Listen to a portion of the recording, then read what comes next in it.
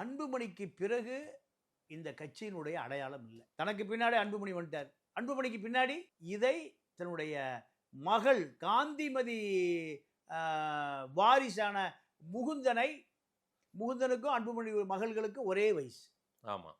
அப்போ அன்புமணிக்கு பின்னாடி தன்னுடைய மகள் காந்திமதியினுடைய மகன் தலைமை தாங்குவான்னு ஒரு 25 வருஷம் கழிச்சு அவர் சிந்திக்கிறார். அரசியல் என்பதே கருணாநிதி தன்னுடைய கட்சியை இன்பநிதி வரைக்கும் கொண்டு போய் சேர்த்துட்டு போயிட்டார். ஸ்டாலின், உதயநிதி, யாரு இன்பநிதி வரைக்கும் கொண்டு சேர்த்துட்டார். இதுதான் கருணாநிதியுடைய சாதுரியம். வைகோ இல்லை, வைகோ என்ன ஆனாரே தெரியல. எம்ஜிஆர் என்ன ஆனாரே தெரியல. முதல்ல எம்ஜிஆர் வெளியே அனுப்பிச்சார், அப்புறம் வைகோ வெளியே அனுப்பிச்சார். 2 பேரையும் வெளியே அனுப்பிய பிறகு கட்சி இப்போ எங்கே வந்து சேர்ந்துருச்சு? இன்பநிதிக்கு சேஃப்டி ஆகிப்போச்சு.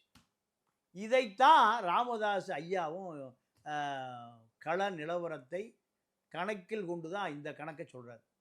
இப்போ முகுந்தனை மாநில இளைஞரணி தலைவராக தேர்ந்தெடுத்தால் ஒரு 25 வருஷம் 30 வருஷம், இப்போ அந்த இளைஞனுக்கு 30 வயசு, ஒரு 60 வயசு ஆகும்போது அன்புமணிக்கு அடுத்த நிலை, இப்போ ராமதாஸுக்கு அடுத்த நிலை அன்புமணி, அதே போல அன்புமணிக்கு அடுத்த நிலை முகுந்தன் வந்துடுவார். இதைத்தான் ராமதாஸ் விரும்புகிறார்.